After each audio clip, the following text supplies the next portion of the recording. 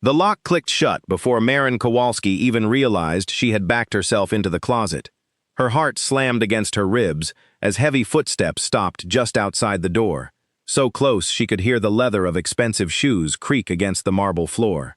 She pressed her back against a shelf of folded linens and held her breath, praying the darkness would swallow her completely. She had cleaned the Aurelian Club 3 nights a week for almost a year. It was the kind of place she never would have set foot in as a guest, all soft gold lighting and quiet music, the sort of club where a single bottle of wine cost more than she made in a week. But at night, after the members left and the staff went home, it belonged to her and the rest of the cleaning crew. Empty hallways, echoing floors, the comfortable hum of vacuum cleaners. She liked the quiet. She liked being invisible. Tonight, the quiet had turned into something else. She had fallen behind schedule in the kitchen, scrubbing grease off the industrial stove long after her coworkers had moved to the upper floor. When she finally came out to gather her supplies from the back hallway, she heard voices coming from the private lounge, a room she had never once seen occupied. Curiosity, or maybe simple bad luck, made her pause near the supply closet instead of turning back the way she came. That single pause changed everything.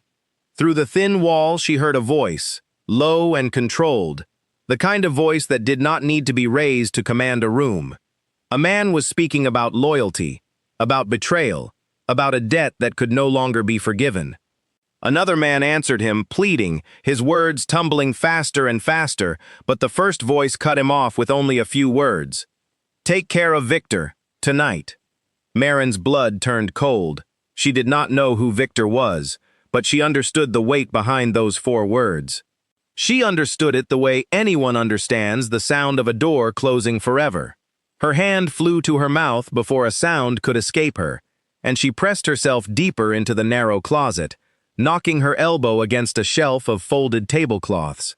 The soft thud seemed impossibly loud in the sudden silence that followed. Footsteps moved toward the closet. She had nowhere to run. The closet had no other door, no window, nothing but linens, cleaning supplies, and her own frantic heartbeat.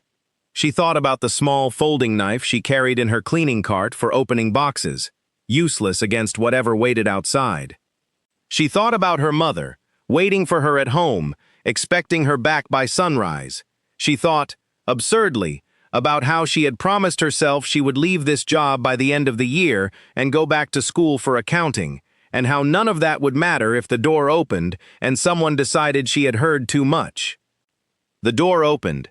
Light spilled in, and a man stood silhouetted against it, tall, broad-shouldered, dressed in a suit that fit him the way expensive suits fit men who never had to think about money. His eyes found her instantly, crouched among the linens like a child playing hide-and-seek gone terribly wrong. He did not look surprised. He looked, if anything, mildly curious, the way a man might look at an unexpected piece on a chessboard. Behind him stood a second man, younger, with a scar cutting through one eyebrow, his hand already moving toward the inside of his jacket. Marin's stomach dropped. "Nobody move," the second man said, though nobody had moved at all. The first man raised a hand, and the younger one stopped instantly, as if the gesture alone carried more authority than any words could. He studied Marin for a long moment, taking in her cleaning uniform, the yellow rubber gloves still on her hands, the streak of dust across her cheek. She refused to look away from him, though every instinct told her to shrink smaller, to disappear entirely if she could. "How long have you been in here?" he asked. His voice was calm, almost gentle, which frightened her more than shouting would have. Marin swallowed hard. "I was cleaning the kitchen. I heard voices. I didn't mean to hear anything." "But you did hear something," he said. It was not a question. She said nothing. Silence, she decided in that split second, was safer than lies that could be easily caught. The man studied her a moment longer, then turned his head slightly toward the younger man behind him. "Enzo," he said, "get her name from the service company," quietly. "Dominic, we should just—" I said quietly, Dominic repeated, and something in his tone made even the confidence drain from Enzo's face. The young man gave a stiff nod and stepped back into the hallway, leaving the two of them alone. Marin finally found her voice again, though it came out shakier than she wanted. Please. I have a job to do. I clean 5 nights a week. I don't know anything about your business, and I don't want to know anything either. I just want to go home. Dominic crouched slightly, bringing himself closer to her eye level, though he did not reach for her, did not touch her at all. Up close, she could see the sharp lines of his face, the kind of handsome that looked carved rather than born, and eyes so dark they seemed to absorb the light around them rather than reflect it. "What's your name?" he asked. She hesitated, then decided that hiding it now would only make things worse. "Marin. Marin," he repeated, as though testing the shape of it. "You're very calm for someone who just heard what you heard." "I'm not calm," she said honestly. "I'm terrified. I'm just trying not to show it because I don't think showing it will help me right now." Something flickered across his face, gone before she could name it. "Smart," he murmured, almost to himself. He straightened up and extended a hand, not to threaten her, but to help her stand.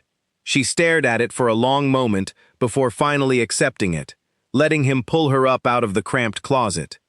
Her legs felt unsteady beneath her, and she hated how small she felt standing in front of him despite being nearly as tall as most of the men who worked here. "What happens now?" she asked, hating how much her voice trembled on the last word. "Now," he said, "you're coming with me." "I have a family," she said quickly. "My mother. She needs me. She's not well. If I don't come home, she'll worry. She'll call someone." He held up a hand again, and to her surprise, it was not a threat but something closer to reassurance. "Nobody is going to hurt you tonight, Marin. But I cannot let you walk out of this building and go home as though nothing happened. Not yet. You understand why." She did understand, and that understanding terrified her more than any threat could have. She had overheard a man order another man's death. There was no version of tonight where she simply clocked out and went home to make breakfast for her mother, as though the world had not just tilted sideways beneath her feet. Enzo returned a few minutes later with a folder in hand, the kind of quick efficiency that suggested this was not the first time he had gathered information on short notice. He handed it to Dominic without a word. Dominic scanned it briefly, his eyes flicking over details Marin could not see from where she stood. "Marin Kowalski," he read aloud. 28 years old, lives with her mother in the Ridgewood district, works 2 jobs, no family in the business, no criminal record, no connections to anyone I know. He looked up at her, something calculating behind his gaze now, as if weighing a decision that had not fully solidified yet. "She's clean," Enzo said quietly, as though that settled something. "Which means she's a problem," another voice said from the doorway, sharp and impatient.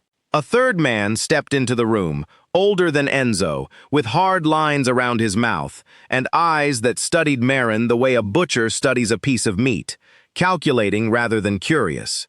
"Dominic, you can't let a stranger walk around with what she just heard. You know what needs to happen here." Marin's stomach turned to ice. What needs to happen? The words hung in the air like a blade suspended above her neck. Dominic's jaw tightened, though his voice remained level. "Nothing needs to happen tonight, Ferraro. Nobody touches her without my say." "She's a witness," Ferraro pressed, "to an order you gave. That is not a small thing." "I'm aware of what I said and to whom," Dominic replied coldly, and for the first time Marin saw something dangerous flash behind his calm exterior, a warning aimed not at her, but at the man standing across from him. Ferraro's jaw ticked, but he said nothing further, only glanced at Marin one last time before stepping back, his expression unreadable in a way that unsettled her more than open hostility would have. "Take her to the car," Dominic said finally, addressing Enzo. "She stays with me until I decide what to do." Marin's mind raced through every possible outcome, none of them good. "Stays with you," she repeated. "What does that even mean?" "It means," Dominic said, turning back to face her fully, "that for now, you are safer under my roof than you are anywhere else. Whether you believe that or not is up to you." But I would rather keep you close and alive than leave you loose and vulnerable to men who think differently than I do. She wanted to argue, wanted to scream that this was insane, that she was not some piece of property to be moved and stored according to someone else's convenience. But looking at Ferraro's retreating back, at the cold calculation still lingering in his eyes even as he left the room, she understood with sudden clarity that Dominic might genuinely be the only thing standing between her and something far worse. Her mother, she said again, quieter this time, more of a plea than a protest. Please, she'll worry. We'll handle it, Dominic said. A phone call, an excuse, whatever keeps her calm without putting her in danger too. You have my word. The word of a man who just ordered someone's death, Maren thought, though she did not say it aloud. Instead, she simply nodded, numb, allowing Enzo to guide her out of the club through a back entrance she had never used before, into a car with tinted windows, waiting in the alley like it had been expecting her.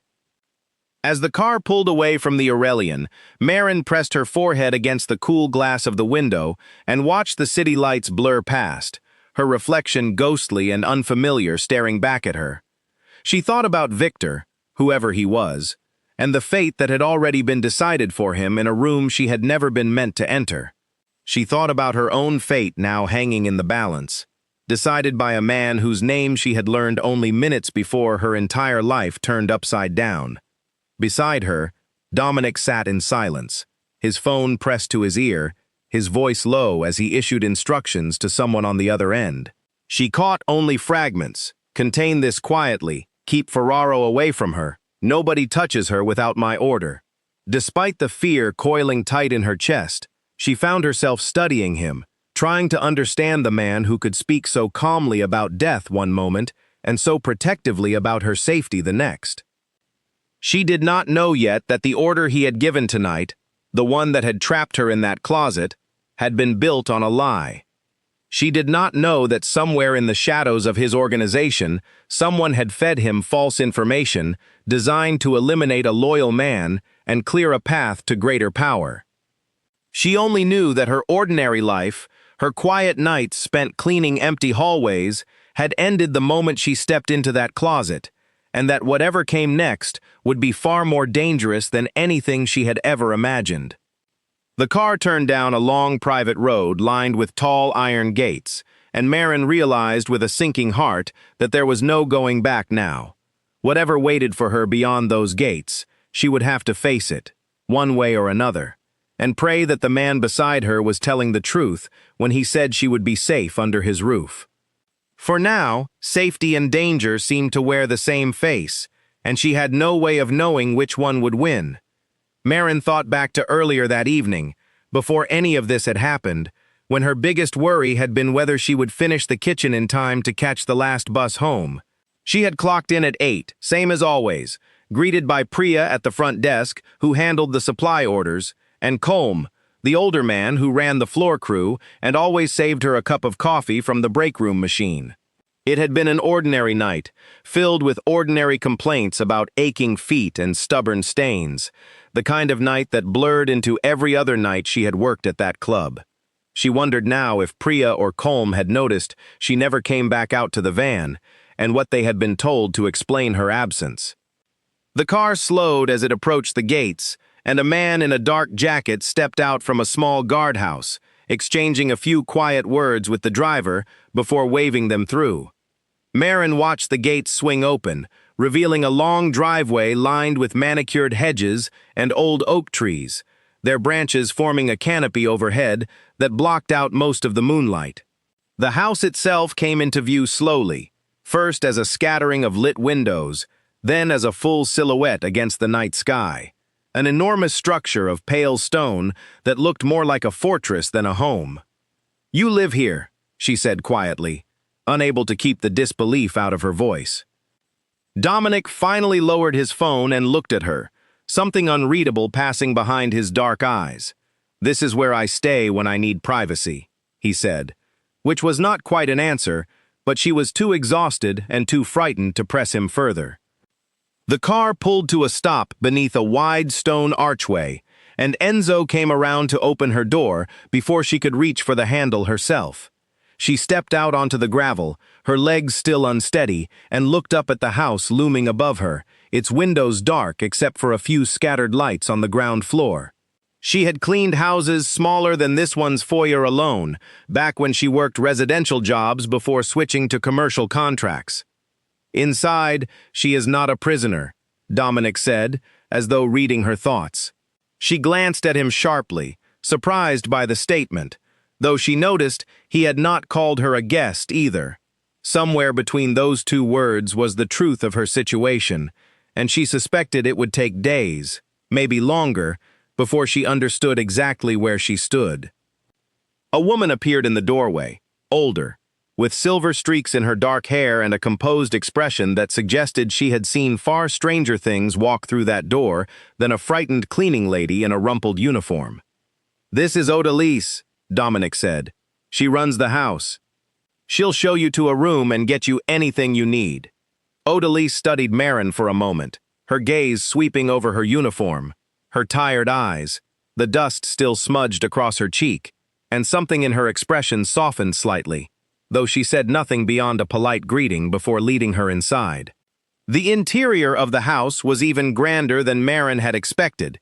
High ceilings and long hallways lined with art she could not begin to guess the value of, thick carpets that swallowed the sound of her footsteps entirely. She followed Odalise up a curving staircase and down a quiet corridor to a room near the end, simple but comfortable, with a bed made up in soft linens and a window overlooking the dark gardens below. "Someone will bring you something to eat," Odalise said. "If you need anything else, there is a phone by the bed, though it only connects to the house line. Try to rest, if you can." Marin nodded numbly, waiting until the door clicked shut, before finally allowing her knees to give out, sinking onto the edge of the bed with her face buried in her hands. She thought about calling her mother, then remembered Dominic's promise to handle it, and wondered bitterly what kind of lie would be told on her behalf. She thought about Victor, about the fate sealed for him in a room she had only glimpsed through a cracked door, and felt sick with the knowledge that she had become a small, unwilling thread in a much larger and more dangerous tapestry. Sleep did not come easily, though exhaustion eventually pulled her under, sometime after the sky outside her window had begun to lighten from black to deep blue. Her last thought before darkness claimed her was of Dominic's face in the closet doorway, calm and unreadable, and the strange, unsettling comfort she had felt, despite every reason she had to be afraid of him. A sharp knock woke Marin from a sleep so thin it barely counted as rest.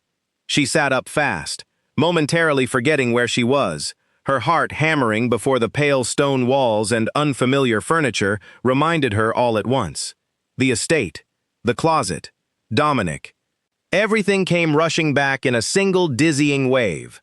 "Breakfast," a voice called from the other side of the door, followed by the soft click of it opening.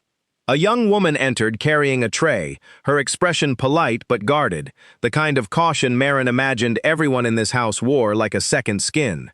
She set the tray on the small table by the window and left without another word, leaving Marin alone with eggs, toast, and a silence so heavy it pressed against her ears. She forced herself to eat, mostly because she suspected she would need the strength for whatever came next. Halfway through the toast, the door opened again, this time without a knock, and Dominic stepped inside, dressed differently than the night before, a plain dark sweater replacing the tailored suit, though he somehow looked no less commanding for it. "You slept," he said, more observation than question. "Barely," Marin answered, setting down her fork. "Am I allowed to ask what happens to me now, or is that against the rules of wherever I am?" A faint, almost amused expression crossed his face, gone as quickly as it appeared. "There are no rules here except the ones I set," he said. "And right now, the rule is that you stay close until I've decided you're not a risk." "A risk to what, exactly?" she pressed. "I already told you, I don't care about your business. I don't want to know who Victor is. I don't want to know what happens to him. I just want my life back." Something shifted in Dominic's expression at the mention of the name, subtle but unmistakable, and Marin wondered if she had touched a nerve she did not understand. He did not answer her directly, instead crossing the room to stand near the window, looking out over the gardens below with his back partially turned to her. "It's not that simple," he said finally. "People in my world do not get to unhear things. Once you know something, you carry it, whether you want to or not. The only question is whether that knowledge makes you dangerous to me or useful to me." "Useful," Marin repeated, disbelief coloring her voice. "I clean toilets and mop floors for a living. I don't know how I could possibly be useful to a man like you." He turned back to face her, studying her with an intensity that made her want to look away, though she forced herself to hold his gaze. "You underestimate yourself," he said. "Most people in that closet last night would have screamed, or fainted, or begged. You did neither. You watched, you listened, you thought. That is not nothing." "I was terrified," she said quietly. "Terrified people don't think clearly," he replied. "You did. That tells me something about you." She did not know how to respond to that, so she said nothing, wrapping her arms around herself despite the warmth of the room. The silence stretched between them until Dominic finally sighed, the sound almost human, almost tired, a crack in the composed exterior he wore like armor. "I have men who will want you gone," he said. "Permanently. I have already stopped one of them from acting on that instinct. I cannot promise I will always be in the room to stop the next one. So for now, you stay where I can see you, where I can protect you, until I figure out what to do." "And if I just want to go home," she asked, "if I promise never to say a word to anyone, not the police, not a soul, would that be enough?" Dominic's expression turned grim. "It should be," he admitted. "In a fair world, your word would be enough. But the men around me do not deal in trust. They deal in certainty, and dead witnesses are the only certainty they understand." The blunt honesty of his words sent a chill through her, though she found herself oddly grateful for it. At least he was not pretending this was simple, not dressing up her captivity in soft language meant to make her compliant. She respected that, even as she resented the position she had been forced into. Over the following days, Marin settled into an uneasy rhythm within the walls of the estate. She was not locked in her room exactly, though two men always seemed to be somewhere nearby whenever she wandered the halls or sat in the garden to clear her head. Odalise proved unexpectedly kind, bringing her books to read and clothes that actually fit her properly, something Marin had rarely experienced even in stores designed for larger women. She learned that Odalise had worked for the Calder family for over 20 years, long enough to have raised Dominic's younger cousins when their own parents could not, long enough to speak to him with a familiarity none of the other staff dared use. "He is not a cruel man," Odalise told her one afternoon as they sat together in the sunroom, Marin picking at a plate of fruit she had little appetite for. "Hard, yes. This life makes men hard. But cruel, no. If he wanted you gone, you would already be gone." "That's supposed to comfort me," Marin said dryly. Odalise smiled faintly. "It should," she said. "Trust me, it should." Despite herself, Marin found her fear slowly giving way to something more complicated, a wary curiosity about the man who held her fate in his hands, yet seemed determined to keep her safe rather than simply erase the problem she represented. She caught herself watching him during the rare moments he crossed her path, noting the tired lines around his eyes late at night, the way his shoulders carried a weight far heavier than the expensive suits he wore.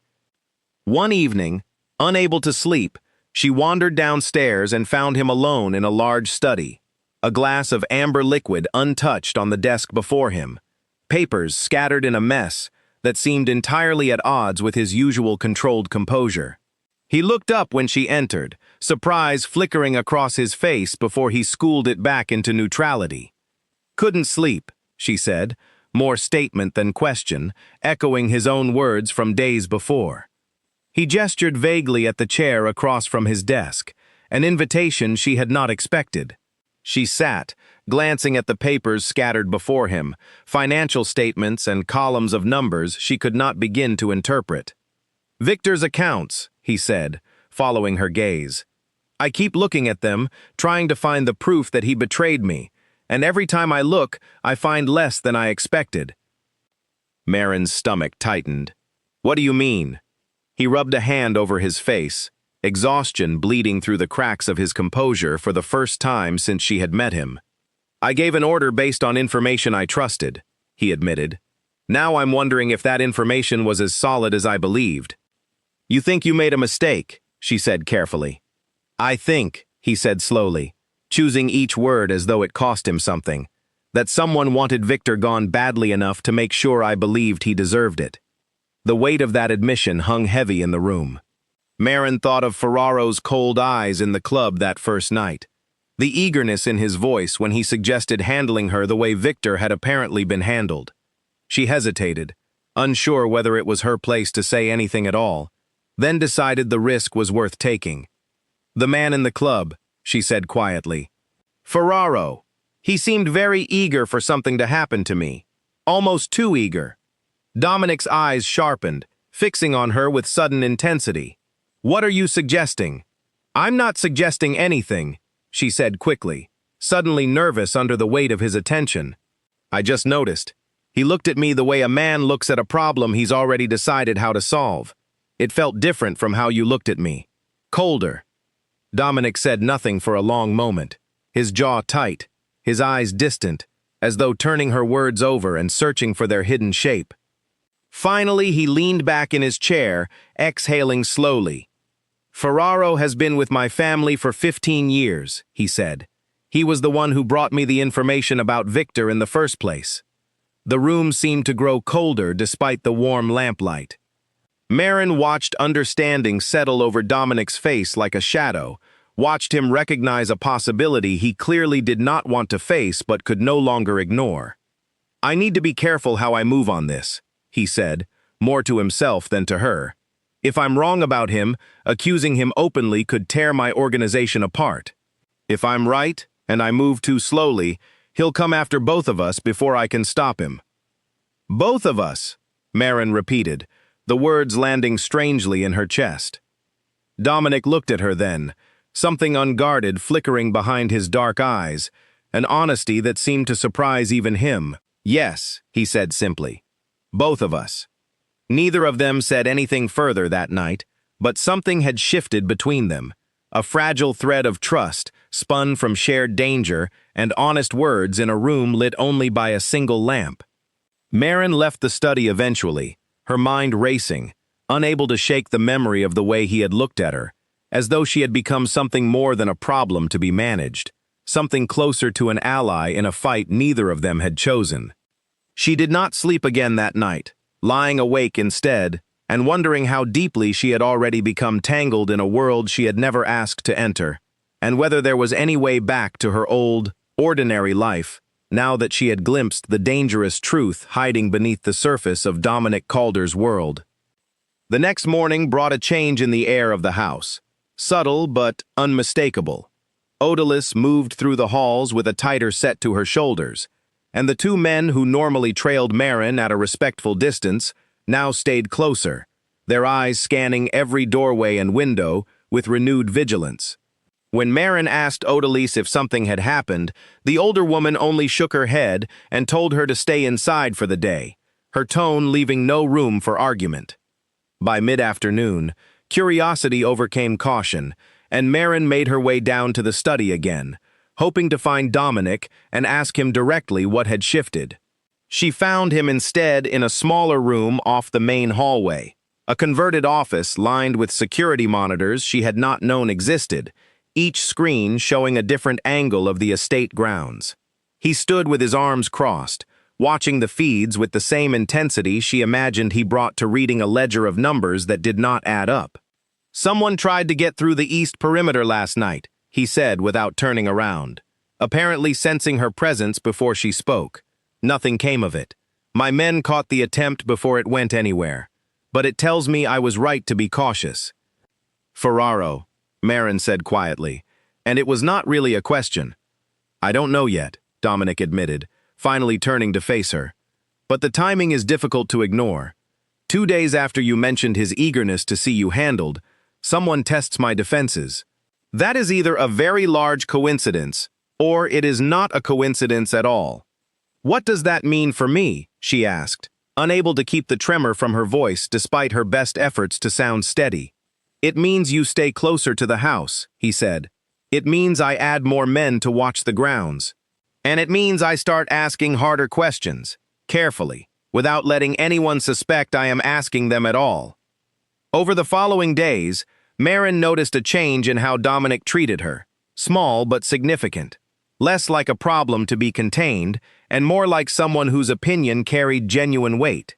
He began seeking her out in the evenings, ostensibly to review details of the household or discuss her comfort, though their conversations inevitably drifted toward Victor, toward Ferraro, toward the tangled threads of loyalty and deception that ran through his organization like rot through old wood. She found herself, against every instinct of self-preservation, beginning to care about the outcome of his search for truth. Not simply because her own safety depended on it, though that certainly played a part, but because she had come to see something in him during their late-night conversations that she had not expected to find in a man who commanded fear and violence with a single word. He listened when she spoke. He weighed her observations seriously, even when they came from someone with no experience in his world. He treated her, despite everything, like a person whose thoughts mattered. One evening, as they sat together in the sunroom while rain traced quiet patterns down the tall windows, Dominic asked her about her life before the club, about the mother she had mentioned that first terrifying night.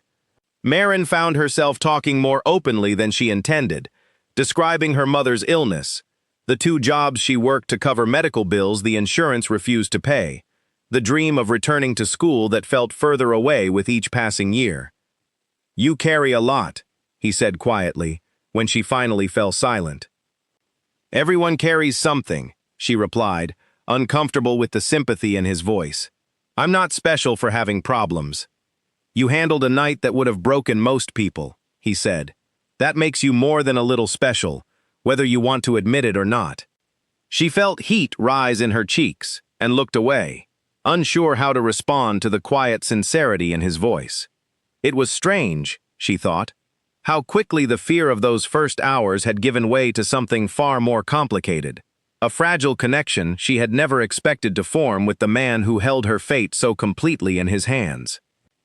A soft knock interrupted her thoughts before she could sink too deeply into them. Odalise stood in the doorway, a folded blanket in her arms, her expression carrying the particular gentleness of someone who had seen a great deal in her years and had learned to read people quickly. "You should be careful," Odalise said, setting the blanket at the foot of the bed. "Not of him, of yourself." Maren blinked, startled by the directness of the comment. "I don't know what you mean." Odalise smiled, though there was sadness woven through it. "I have watched that man since he was a boy learning to walk these halls.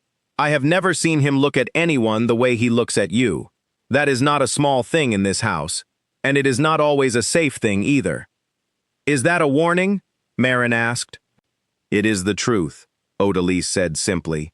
"What you do with it is your own choice." After she left, Maren lay awake turning the words over in her mind, uncertain whether they were meant as caution or quiet blessing. She thought of Dominic's face in the study, the exhaustion in his eyes when he spoke of Victor, the careful way he asked about her mother as though her burdens genuinely mattered to him beyond whatever use she might serve his investigation. She thought of the warmth that had crept into her chest during their conversation in the sunroom, unfamiliar and unwelcome given the circumstances, yet undeniable all the same. She reminded herself, sternly, that a man who ordered deaths with 4 quiet words was not someone she should allow herself to feel anything for, no matter how gently he treated her, no matter how genuinely he seemed to listen. Yet even as she tried to build that wall in her mind, she could not fully convince herself it would hold. There was something about the way danger and tenderness lived side by side in him, something that unsettled her far more than simple fear ever could. Sleep came slowly again that night, carrying with it uneasy dreams of closets and closed doors, of Ferraro's cold eyes watching from the shadows, and of Dominic's hand extended toward her, steady and warm, pulling her up out of the darkness each time she began to fall. She woke before dawn, heart racing, the dream already fading but the feeling it left behind, lingering long into the morning light, a mixture of fear and longing she did not yet know how to untangle. She was no longer simply afraid of Dominic Calder. She was beginning to trust him, and worse, she was beginning to feel something warmer than trust entirely. A pull she recognized but refused to name. Not yet. Not while her life still hung suspended between danger and safety. And not while a traitor somewhere within his own walls continued plotting against them both. Glass shattered somewhere below, and Marin was on her feet before she fully understood why, every nerve in her body screaming that something was wrong. She had been reading in the small library at the far end of the second floor, and now the book lay forgotten on the floor as she moved toward the door, her pulse hammering in her ears. Voices rose from downstairs, sharp and urgent, followed by the unmistakable sound of a struggle, furniture scraping, a low grunt of pain. She froze in the hallway, unsure whether to run toward the noise or away from it, when one of the men assigned to watch her, a quiet, broad-shouldered man named Callum, appeared at the top of the stairs, his face tight with alarm. "Stay here," he said, already pulling a weapon from beneath his jacket. "Lock the door. Don't come out for anyone but me or Dominic." He did not wait for her response before hurrying back down the stairs, leaving her alone in the hallway with her heart pounding so loudly she could hear it in her own ears. She retreated into the nearest room, which happened to be her own, and turned the lock with trembling hands, pressing her back against the door as though her weight alone could hold back whatever chaos had erupted below. Minutes passed like hours. She heard more shouting, then silence, then the distant sound of a car engine roaring to life and speeding away down the gravel drive. Her mind raced through every terrible possibility, imagining Dominic wounded, or worse, imagining Ferraro's cold eyes finally getting what he wanted. She pressed her palms against her ears, trying to block out the imagined scenarios flooding her thoughts, until finally a firm knock sounded at her door. "Marin, it's me," Dominic's voice called, steady but with an edge of urgency beneath it. "Open the door." She fumbled with the lock, her hands shaking so badly it took 2 attempts before the door finally swung open. Dominic stood there, a shallow cut above one eyebrow, his shirt slightly torn at the collar, but otherwise whole and standing, and relief flooded through her so intensely her knees nearly buckled. "What happened?" she asked, her voice barely above a whisper. "Someone got onto the grounds," he said grimly. "They weren't after me. They were after you." The words landed like a physical blow. "Me," she repeated. "Why would anyone want to hurt me? I don't know anything that could actually be used against—" "You're the only living witness to what happened that night at the club," he interrupted gently but firmly. "As long as you're alive, you're a loose thread someone wants cut. And now I'm certain that someone is closer to me than I wanted to believe." "Ferraro," Marin said, the name tasting bitter on her tongue. Dominic's jaw tightened, though he did not immediately confirm it. "Come downstairs," he said instead. "I want you where I can see you, not locked away up here alone." She followed him down to the study, where Enzo waited with a grim expression, cleaning a shallow wound on his forearm with quick, practiced movements that suggested this was not his first injury in service of the family. He glanced up as they entered, his eyes flicking briefly to Marin before returning to Dominic. "2 men," he reported. "Professional, not local talent. They came in through the service entrance on the east side, past the perimeter Callum was supposed to be watching." "The perimeter Ferraro reassigned last week," Dominic said quietly, and the implication hung heavy in the room. Enzo's expression darkened. "You think he weakened our own security on purpose?" "I think it's time we stop assuming and start proving," Dominic said, quietly, carefully. "If I move against him without solid ground beneath me, half the family will side with him out of loyalty to his years of service, and I'll have a war on my hands instead of a resolution." Marin listened, absorbing the tension in the room, the careful calculation behind every word exchanged between the two men. She thought of her own life before all of this, the simple predictability of scrubbing floors and catching buses, and marveled bitterly at how far removed she now stood from anything resembling that ordinary existence. "I might be able to help," she said suddenly, surprising herself as much as the two men in the room. Dominic turned to her, his expression skeptical but not dismissive. "How?" "I spend my life noticing things other people don't see," she said, choosing her words carefully. "When you clean a place for months, you learn its rhythms, who comes and goes, what changes and what stays the same. Nobody notices the cleaning lady. Nobody watches what they say around her, because she's invisible to them. If I go back to the club, even carefully, even just for appearances, I might notice things your men would miss, because everyone already knows to be careful around them." "Absolutely not," Dominic said immediately, his voice sharp with a protectiveness that startled her. "You just had two men try to kill you in my own house. I'm not sending you back into danger to gather information. I'm not asking to go back to the club," she clarified quickly. "I'm asking to help here, in this house. I've noticed things already. Small things, inconsistencies in how the staff talk about Ferraro compared to how they talk about you. Let me pay attention. Let me help." Dominic studied her for a long moment, clearly warring between his instinct to protect her and his recognition that her observations had already proven valuable once before. Finally, he exhaled, some of the tension leaving his shoulders. "Careful attention," he said. "Nothing more. You tell me what you notice, and I decide what to do with it. You do not investigate on your own. You do not confront anyone. You do not put yourself in danger trying to prove a point. Understood?" "Understood," she agreed, though privately she suspected her curiosity would prove difficult to fully contain. Over the following days, Marin began paying closer attention to the rhythms of the household, the way Odalise and the other staff spoke about the men who moved through Dominic's world. She noticed that Ferraro's name was rarely spoken above a certain volume, that even loyal, long-time staff seemed to choose their words carefully whenever his visits were mentioned. She noticed, too, that one of the younger household staff, a nervous man named Petru who handled deliveries, always seemed to tense whenever Ferraro's car appeared in the drive. She mentioned this to Dominic one evening, and he arranged, quietly and carefully, to speak with Petru alone. What the young man revealed, hesitant and clearly terrified of retribution, painted a troubling picture. He had overheard Ferraro on the phone weeks earlier, discussing a shipment discrepancy that had been blamed on Victor, a discrepancy Petru himself had helped document and knew for a fact had never actually occurred. "He falsified the records," Dominic said grimly, after Petru had been sent away with assurances of protection and silence. "He built a case against Victor from nothing, and I believed it because I trusted him."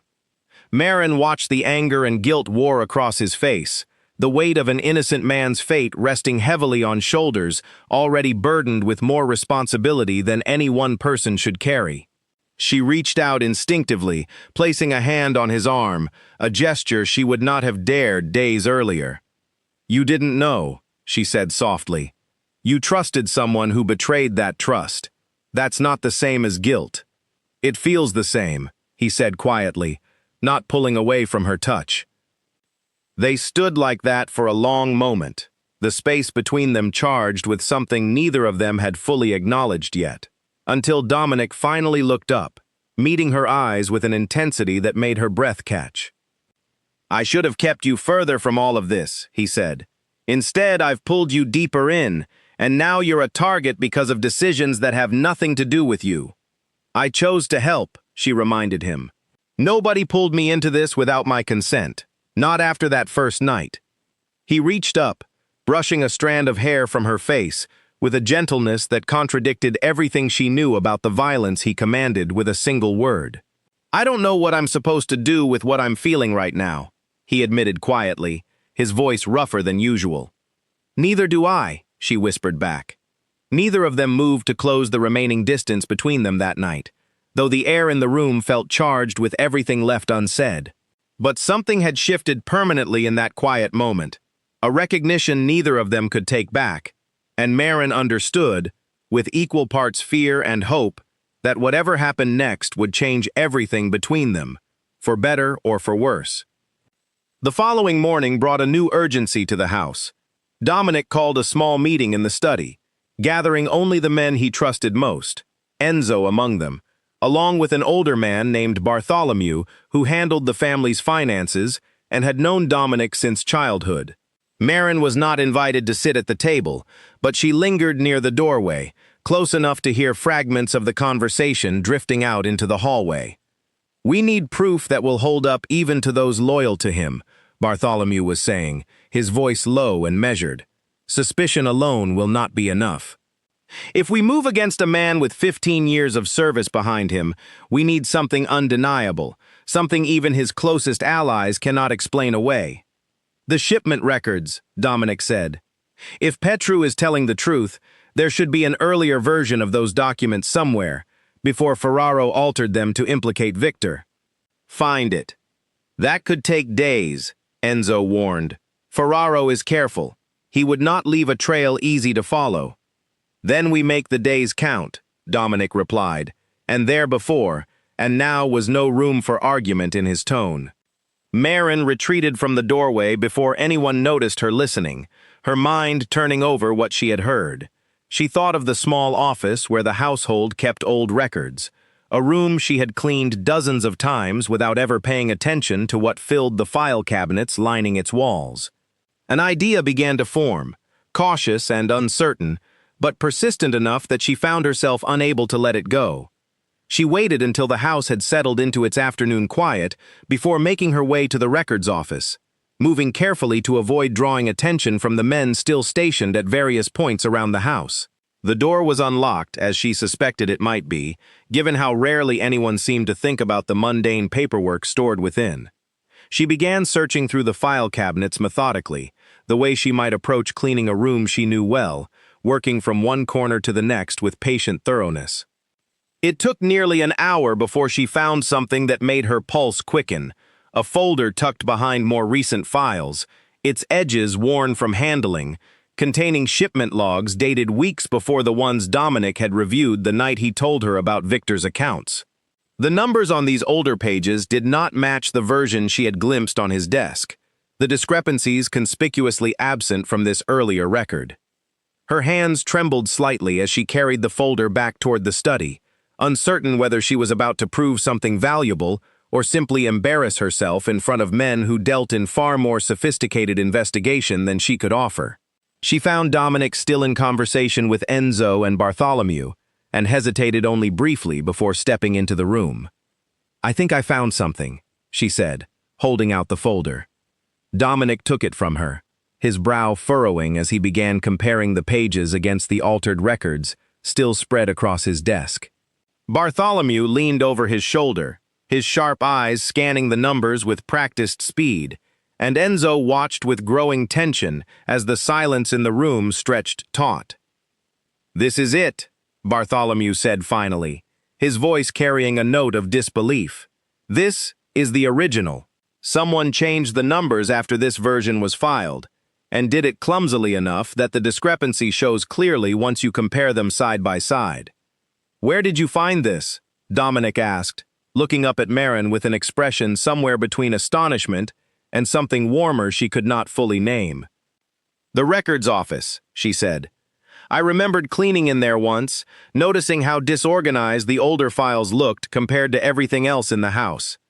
I thought it might be worth checking." Dominic set the folder down carefully, crossing the room to stand before her, his eyes searching her face as though seeing her fully for the first time. "You just gave us exactly what we needed," he said quietly. "Proof that cannot be argued away." Behind him, Bartholomew and Enzo exchanged a glance loaded with unspoken meaning, though neither said anything as Dominic reached out and gently took Marin's hand in his own, a gesture of gratitude that carried far more weight than words alone could express. "We still need to move carefully," Bartholomew reminded them, breaking the moment. "Proof is one thing. Presenting it in a way that does not fracture the family is another matter entirely." Dominic nodded, though his eyes remained on Marin a moment longer before he finally released her hand and turned back to the matter at hand. "We'll call a meeting," he said. "All the senior men, together, where the evidence can be presented plainly and Ferraro cannot deny it in front of witnesses loyal to the truth rather than to him alone." "And if he panics before we get that far?" Enzo asked. "Then we will already know exactly what kind of man we are truly dealing with," Dominic said grimly. Marin left the study sometime later, her heart still racing from the events of the afternoon, equal parts proud and terrified of what she had set into motion. She understood now, more clearly than ever, that there was no path back to her old, quiet life, not after everything she had witnessed and everything she had helped uncover. Whatever came next, she had become an undeniable part of this dangerous, tangled world, bound to it not only by circumstance, but now by choice as well. That evening, Dominic found her in the garden, sitting on a stone bench beneath a wide oak tree, watching the sun sink behind the tall hedges that lined the property. He sat beside her without a word at first, the silence between them comfortable in a way it had never been during those first frightened days in the house. "You could have been caught searching that office," he said eventually. "If one of Ferraro's people had noticed, if word had gotten back to him before we were ready." "I know," she admitted. "I thought about that after I already had the folder in my hands. It felt reckless once I stopped to consider it properly." "But you did it anyway," he said, not quite a question. "I wanted to help," she said simply. "And I was tired of feeling like someone things happened to, instead of someone who could do something about her own situation." He studied her profile in the fading light, something soft and unguarded crossing his features, an expression she suspected very few people ever saw on the face of a man who commanded so much fear from those around him. "I understand that feeling better than you might think," he said quietly. "This life was never something I chose freely either. I inherited it, the way you inherit a debt you never agreed to owe." "Do you regret it?" she asked, surprising herself with the directness of the question. He considered it for a long moment before answering. "Some days," he admitted. "Most days, I simply do what needs to be done to keep the people who depend on me safe. Regret is a luxury I rarely allow myself to indulge." She thought of her own life, the mother she supported, the dreams she had set aside for practicality, and recognized in his words an echo of her own quiet sacrifices, made for entirely different reasons, but born from a similar sense of duty. It struck her, sitting there in the deepening dusk, how much they had come to understand about each other in such a short and dangerous span of time. For a long while they sat together in silence, watching the last light fade from the sky, neither feeling any particular need to fill the quiet with words. When Dominic finally rose to head back inside, he offered his hand to help her up, and she took it without hesitation, the gesture no longer carrying the fear it once might have, replaced instead by something warmer and far more complicated. A fragile trust neither of them was quite ready to name aloud, but both understood had taken firm root regardless. The phone rang 3 times before Enzo answered it, and the moment Marin saw his face drain of color, she knew something had gone terribly wrong. He listened for only a few seconds before hanging up and turning to Dominic with an urgency that made her stomach twist into knots. "Ferraro knows," Enzo said. "Someone told him about the meeting we're planning. He's already moving." Dominic's expression hardened instantly, all the softness from the previous evening vanishing beneath the cold calculation of a man preparing for war. "Moving how?" he demanded. "He's called his own meeting," Enzo said. "Tonight. He's telling the senior men that you've lost your judgment, that you've let a stranger into the heart of the family's business, and it's compromised everything. He's positioning himself as the one who sees clearly while you're distracted." "Distracted," Marin repeated bitterly, understanding exactly what unspoken word lay beneath that accusation. Dominic's jaw tightened, though his eyes softened slightly when he looked at her. "He's trying to turn the men against me before we can present proof against him," he said. "If he moves fast enough, he could convince enough of them to back him that the evidence stops mattering entirely. Then we move faster," Bartholomew said, appearing in the doorway with a grim expression of his own. I've already gathered the original shipment records and cross-referenced them against 3 other discrepancies I found buried in older files, thanks to the trail Marin uncovered. This is not one mistake anymore. This is a pattern. Dominic nodded, his mind clearly racing through possibilities and consequences. We call our own meeting, tonight, before his gains any more momentum, he decided. We present everything, all at once, before he has time to spin a counter-narrative. That's dangerous, Enzo warned. If we rush this, we risk mistakes. If we wait, he gains ground. There's no safe option here.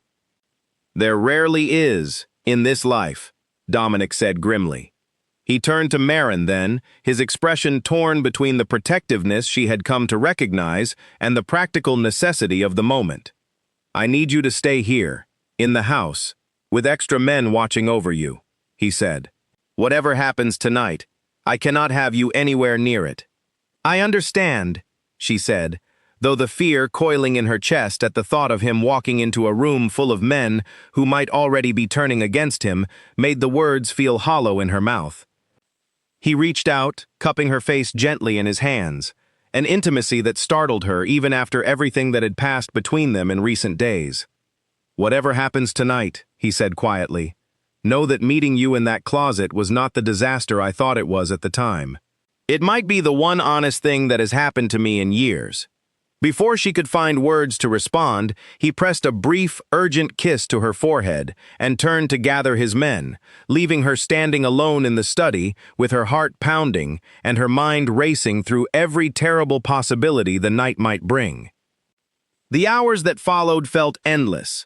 Marin paced the length of her room, unable to settle, unable to distract herself with the books Odalise had brought or the quiet comfort of the garden below her window. Every sound from downstairs made her freeze, straining to hear whether it carried news of triumph or disaster. Odalise sat with her for a while, offering quiet reassurance that did little to ease the knot of anxiety tightening in Marin's chest with each passing hour. He has survived worse nights than this, Odalise said gently, though even her composed expression carried a thread of worry she could not fully hide. Has he? Marin asked. Odalise hesitated, then nodded slowly.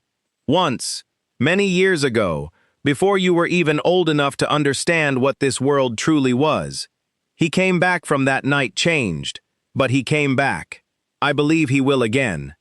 The reassurance offered little comfort as the night wore on, the house eerily quiet except for the distant sound of a car engine occasionally passing on the road beyond the gates, each one sending a fresh spike of fear through Marin's chest, before fading away into silence once more. She thought of Dominic's words before he left, the rare vulnerability in his voice, and found herself praying, in a way she had not prayed in years, that he would walk back through that door unharmed. It was well past midnight when she finally heard the sound of multiple cars pulling into the drive, followed by voices in the hallway below, tense but not the sounds of celebration she had hoped for. She rushed to the top of the stairs, her heart in her throat, and found Dominic standing in the entryway, his shirt torn at the shoulder, a dark bruise already forming along his jaw, but alive, undeniably alive, and she felt a wave of relief, so powerful her legs nearly gave out beneath her. What happened? She asked, hurrying down the stairs toward him. He met her halfway, his expression grim but steady. The evidence held, he said. Most of the senior men saw the truth once it was laid out plainly before them, but Ferraro did not go quietly. He tried to force a confrontation before the meeting could even conclude, and things turned violent before we could stop it. Is he? She started, unable to finish the question. Alive, Dominic confirmed. For now.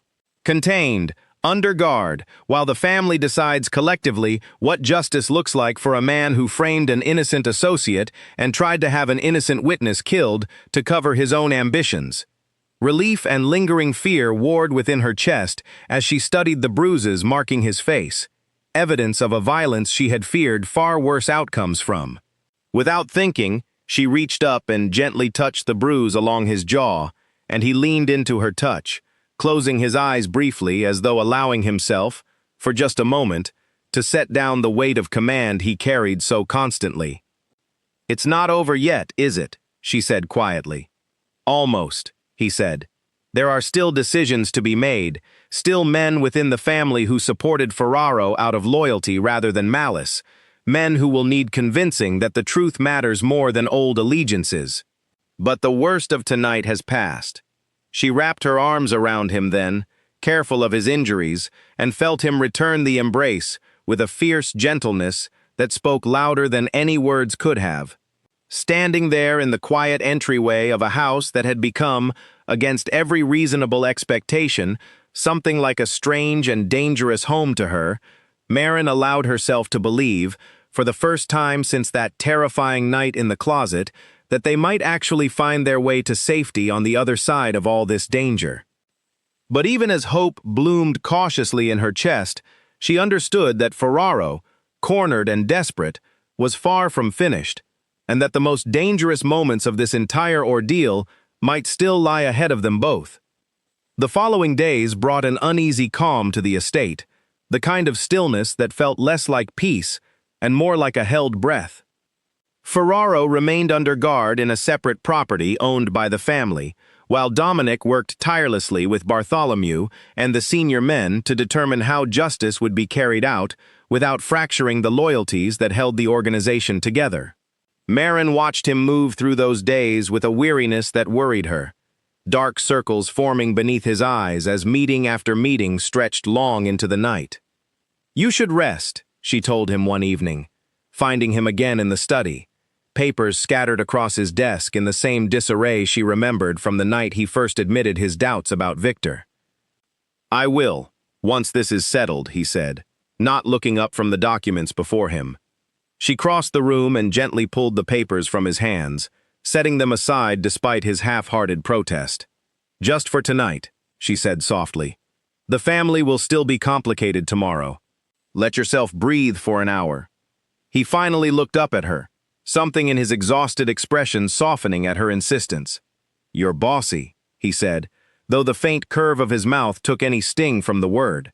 "Someone has to look after you," she replied. "You certainly aren't doing a very good job of it yourself." He reached for her hand then, pulling her gently down into the chair beside his own, and for a while they simply sat together in comfortable silence, the weight of the world outside that room momentarily forgotten. She found herself studying the lines of his face, the tension slowly easing from his shoulders as the minutes passed, and marveled again at how completely her feelings for him had shifted since that first terrified night in the closet. "I keep thinking about what would have happened if I had chosen differently that night," he admitted quietly, breaking the silence. "If I had let my men handle you the way Ferraro wanted. I try to imagine that version of events, and I cannot make myself believe I would have been able to live with it." "You didn't choose that," she reminded him. "That matters more than the version of events that never happened." He lifted her hand to his lips, pressing a soft kiss against her knuckles, a gesture so tender it made her breath catch in her throat. "I am not a good man, Maren," he said seriously, his eyes meeting hers with unflinching honesty. "I have done things, ordered things, that I will carry for the rest of my life. I will not pretend otherwise to you, not after everything we've been through together." "I know who you are," she said, equally serious. "I've seen the parts of you most people never get close enough to see, the good and the difficult both. I'm not asking you to be someone else. I'm choosing to stay, knowing exactly who you are." Something raw and grateful passed across his face at her words, and he leaned forward slowly, giving her every opportunity to pull away if she chose to. She did not pull away. Their lips met softly at first, then with a growing certainty that spoke of everything neither of them had dared voice until now, weeks of fear and danger and slowly building trust, finally finding release in that single, tender moment. When they finally parted, he rested his forehead against hers, his breathing unsteady. "I should have kept my distance," he murmured. "I should have protected you by keeping you far away from all of this. I don't think either of us could have stopped this from happening," she said honestly. Not after that first night. He smiled then, a real smile, the kind she suspected few people in his world ever had the privilege of seeing. No, he agreed. I don't think we could have. Their fragile peace did not last long. 2 mornings later, Enzo burst into the breakfast room, his expression tight with alarm, interrupting a quiet moment between Dominic and Marin that had felt, just seconds before, almost normal, almost like the beginning of an ordinary life neither of them had ever expected to share. "Ferraro is gone," Enzo said without preamble. "He got past the guards sometime overnight. We don't know how long he's been free, or where he's headed." Dominic rose immediately, all softness vanishing from his expression as the familiar hardness of command settled back over his features. "How?" he demanded. "We're still figuring that out," Enzo admitted. "But given how carefully he planned everything else, I doubt this was an accident. I think he had help." Marin felt cold dread pooling in her stomach as she watched Dominic process this new threat, his mind clearly already racing through the dangerous possibilities a free and desperate Ferraro now represented. She thought of the man's cold eyes in the club that first terrifying night, the eagerness in his voice when he suggested eliminating her as a loose end, and understood with sudden, sickening clarity that a cornered man with nothing left to lose was far more dangerous than one still constrained by hope of victory through legitimate means. "Increase security around the house immediately," Dominic ordered. "Nobody moves without an escort, especially not Marin. If Ferraro is desperate enough to run, he's desperate enough to try something reckless, and I will not risk either of our lives on the assumption that he's simply fleeing to save himself." Enzo nodded and hurried off to relay the orders, leaving Dominic and Marin alone once more, the fragile peace of moments earlier replaced entirely by the familiar tension of imminent danger. Dominic turned to her, his expression a mixture of fierce protectiveness and barely restrained fear, an emotion she suspected he rarely allowed himself to feel so openly. "I won't let him touch you," he said, his voice low and certain. "Whatever it takes." Marin reached for his hand, steadying herself as much as reassuring him. "We'll face it together," she said firmly. "Whatever comes next."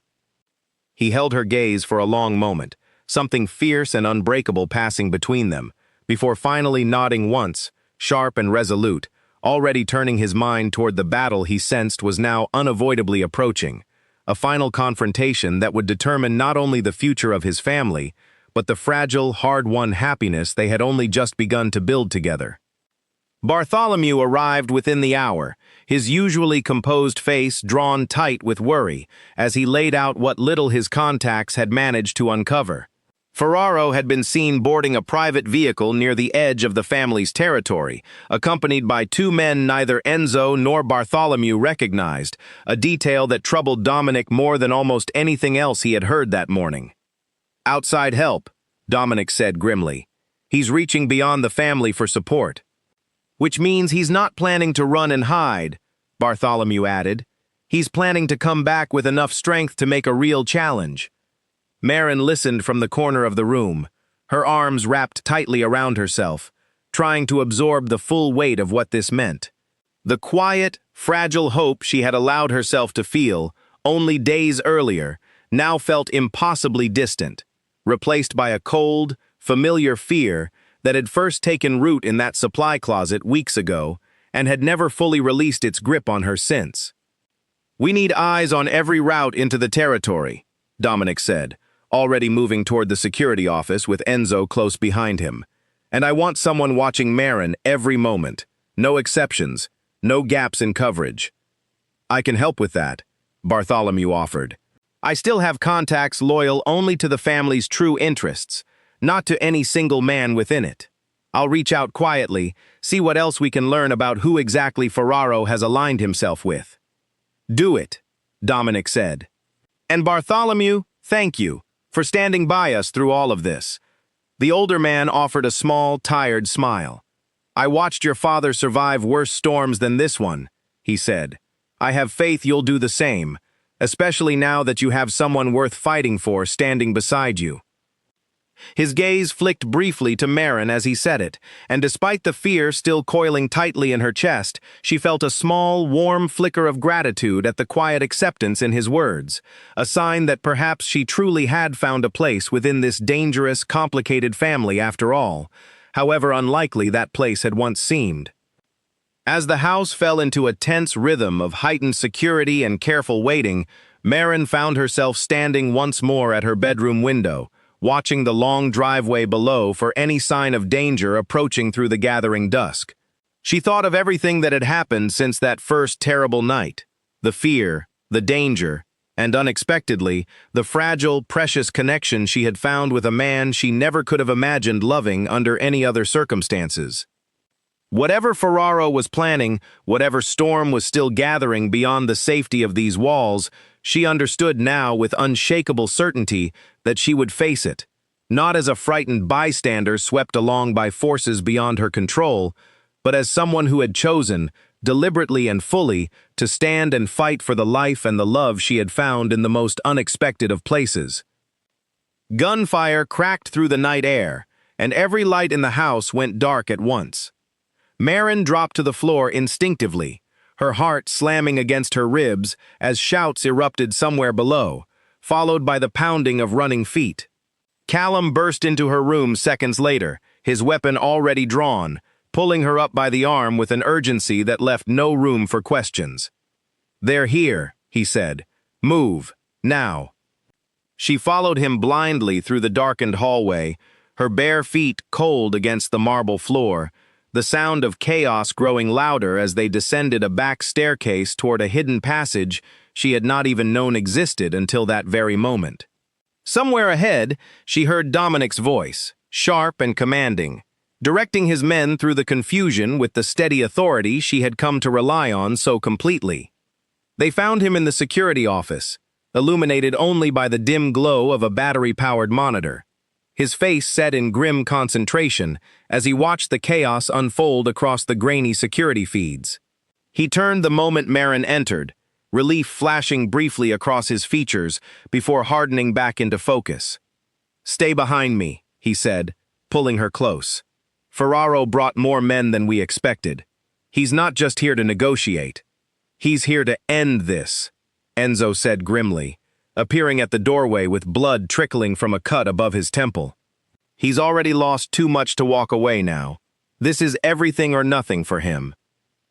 Dominic's jaw tightened, and Marin watched something cold and resolute settle over his expression, the look of a man preparing to do whatever necessary to protect everything he valued. "Get her to the safe room," he told Enzo. "I'll handle Ferraro myself." "No," Marin said immediately, gripping his arm before he could pull away. "You are not walking into that alone."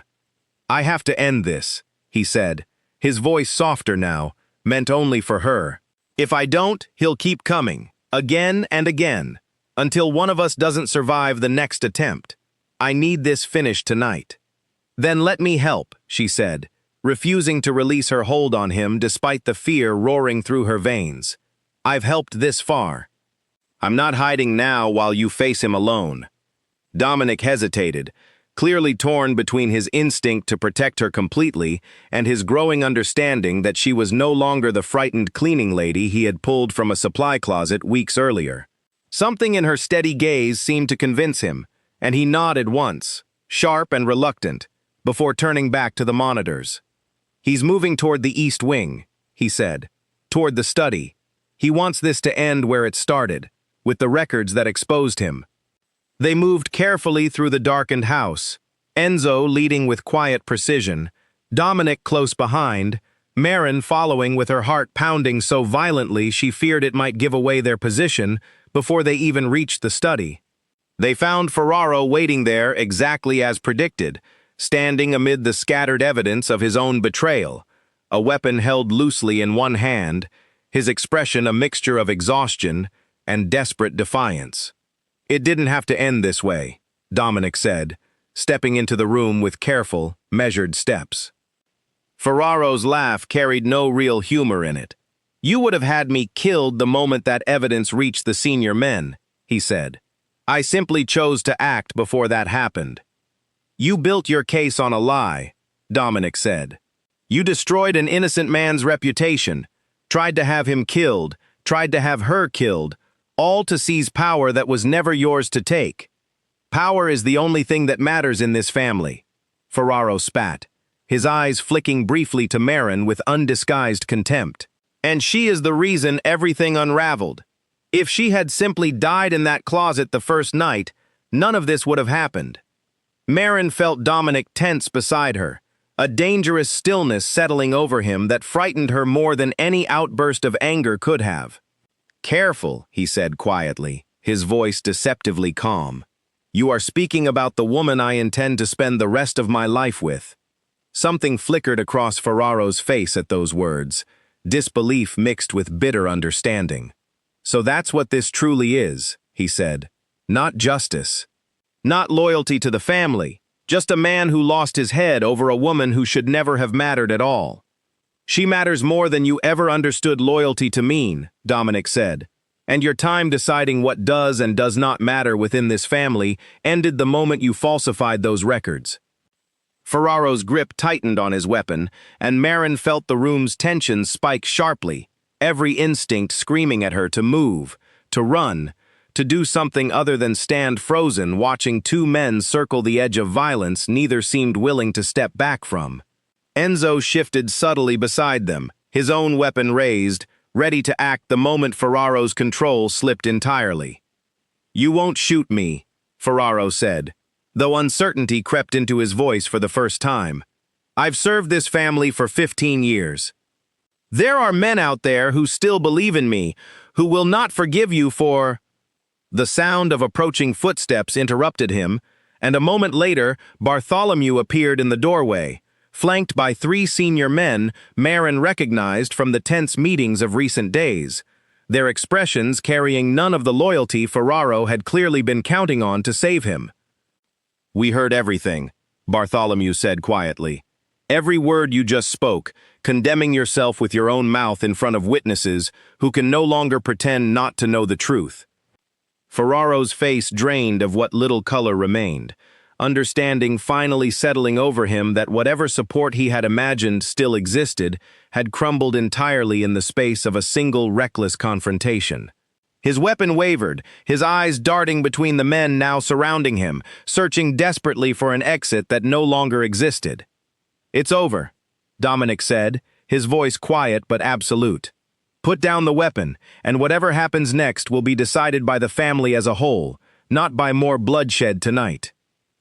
For a long, agonizing moment, nobody moved, the entire room holding its breath as Ferraro weighed his rapidly narrowing options. Finally, his shoulders slumped in defeat, and he lowered the weapon slowly, setting it on the desk before him with the resigned motion of a man who understood his war had truly ended. The senior men moved forward to take him into custody, and Marin finally allowed herself to breathe again, the tension that had gripped her body for what felt like hours finally beginning to release its hold. Dominic turned to her immediately, pulling her into his arms with a fierceness that spoke of every fear he had carried through that long, dangerous confrontation. It's over, he murmured against her hair. It's actually over. The days immediately after Ferraro's capture were tense in their own quiet way, filled with careful negotiations among the senior men over what justice within the family should actually look like. Some argued for immediate and severe punishment, unwilling to let such a blatant betrayal go without a harsh answer. Others, more cautious, worried that swift retribution might create martyrs among the small faction who had still quietly supported Ferraro before his guilt became undeniable. Dominic listened to every voice patiently, weighing each argument with the same careful consideration Marin had come to admire in him, refusing to be rushed into a decision that might fracture the fragile unity they had just fought so hard to protect. I want this handled fairly, he told Bartholomew one evening, the two of them poring over notes in the study long after most of the house had gone quiet for the night. Not out of mercy for what he did, but because how we handle this will define what kind of leadership the family can expect from me going forward. A wise instinct, Bartholomew replied. Your father would have approved. Marin, listening quietly from a nearby chair where she had taken to reading in the evenings while Dominic worked, found herself continually surprised by the depth of thought he brought to decisions that could easily have been resolved through simple violence. It would have been easy, she realized, for a man in his position to rule through fear alone, yet he seemed determined to build something steadier, something rooted in fairness even within a world that rarely rewarded such considerations. Ultimately, the family's judgment came swiftly but without further bloodshed. Ferraro's 15 years of prior service weighed against the severity of his betrayal, resulting in permanent exile from the organization and its protections, a fate that left him alive but utterly stripped of the power and position he had so desperately tried to seize through deception and violence. It was not the outcome every senior man wanted, but it was one they could all, eventually, accept as just. With that resolution finally settled, a genuine calm began to settle over the estate, for the first time since that fateful night at the Aurelian Club. Maren found herself venturing beyond the house more frequently, no longer confined by the constant threat that had shadowed her earlier days there. Dominic insisted on accompanying her himself the first time she asked to visit her mother, arranging the meeting with careful discretion to protect them both, while finally allowing Maren the reunion she had ached for since that first terrifying night. Her mother, frail but sharp-eyed as ever, studied Dominic with open curiosity when they finally met, her gaze lingering on the protective way he stood near her daughter throughout the visit. Afterward, alone with Maren for a few private minutes, she asked only one question that mattered. "Does he treat you well?" she asked simply.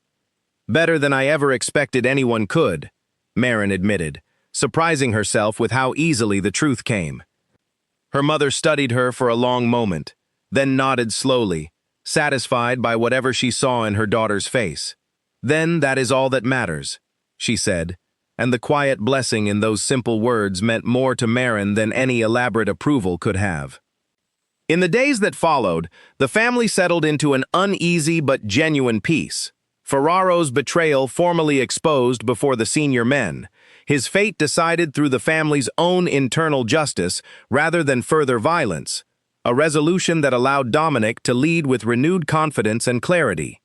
Victor's name was quietly cleared among those who mattered, his memory restored to the respect he had always deserved, a small but meaningful correction to the terrible wrong that had started this entire chain of events.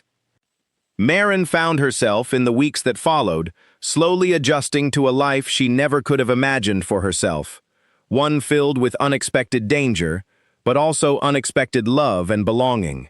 Odalise welcomed her fully into the rhythms of the household, no longer treating her as a temporary guest, but as someone whose place within these walls had become permanent and secure. Even Bartholomew, ever formal and reserved, began greeting her with genuine warmth whenever their paths crossed. One evening, months after that first terrifying night in the supply closet, Dominic found her in the garden where they had shared their quiet conversation beneath the old oak tree, the same spot where trust between them had first begun to take root. He sat beside her, taking her hand gently in his own, his expression carrying a nervous vulnerability she had rarely seen from him. "I never thought I would find something like this," he admitted quietly. "Not in this life, not with everything I carry. But you saw past all of it, from that very first night, and you never once looked at me like I was only the danger I represent. I saw you clearly," she said softly. "All of you, the good and the difficult. And I chose to stay anyway."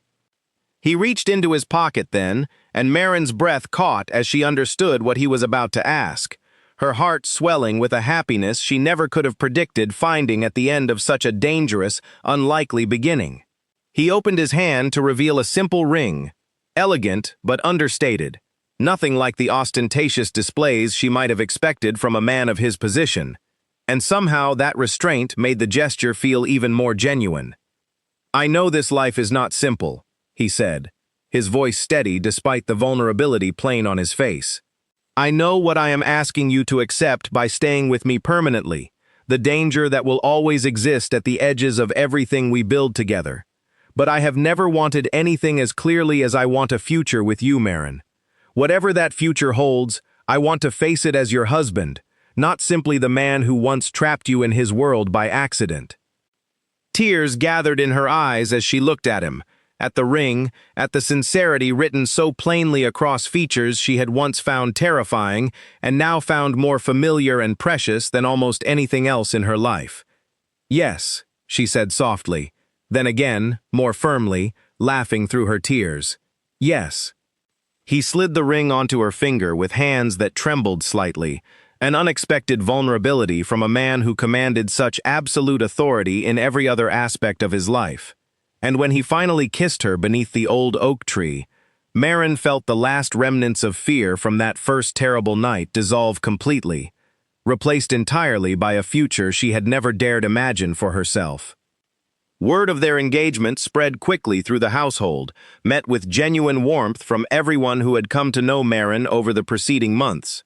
Odalis embraced her with tears of her own, declaring that she had known from the very first night that something significant had shifted the moment Dominic brought a frightened cleaning lady through those doors, instead of simply eliminating a problem the way anyone else in his position might have. Even Bartholomew, ever composed, offered his congratulations with a warmth that surprised her, admitting quietly that he had rarely seen Dominic carry himself with such genuine lightness in all the years he had known him.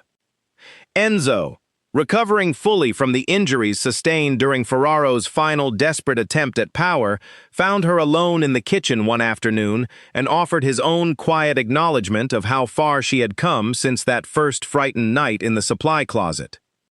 "You handled yourself better than most people trained for this life ever manage," he said. "Whatever doubts anyone had about you in the beginning, you earned your place here entirely on your own terms. That means more than you know," she told him honestly, and meant it completely. As the wedding preparations began in earnest, Marin found herself reflecting often on the strange, winding path that had led her to this unexpected happiness. From an ordinary night of cleaning floors and scrubbing counters to a life she never could have anticipated, filled with danger, certainly, but also filled with a depth of love and belonging she had never dared to hope for. She thought of Victor sometimes, grateful that his name had been properly cleared, that his memory now carried the respect it had always deserved, rather than the false shame Ferraro had tried to attach to it. She thought of the frightened woman who had once hidden trembling among folded linens, and marveled at how completely that fear had transformed into strength. As she looked into his eyes beneath the quiet canopy of the old oak tree, Marin understood fully, for the first time in her life, that being truly seen by someone, valued not despite her ordinary beginnings, but because of the strength and clarity those beginnings had given her, was the rarest and most precious gift she could have ever hoped to find. Whatever challenges still lay ahead for the family and the complicated world Dominic led, she knew now, with unshakable certainty, that she would face every one of them standing beside the man who had once been a dangerous stranger, and had since become the truest home she had ever known.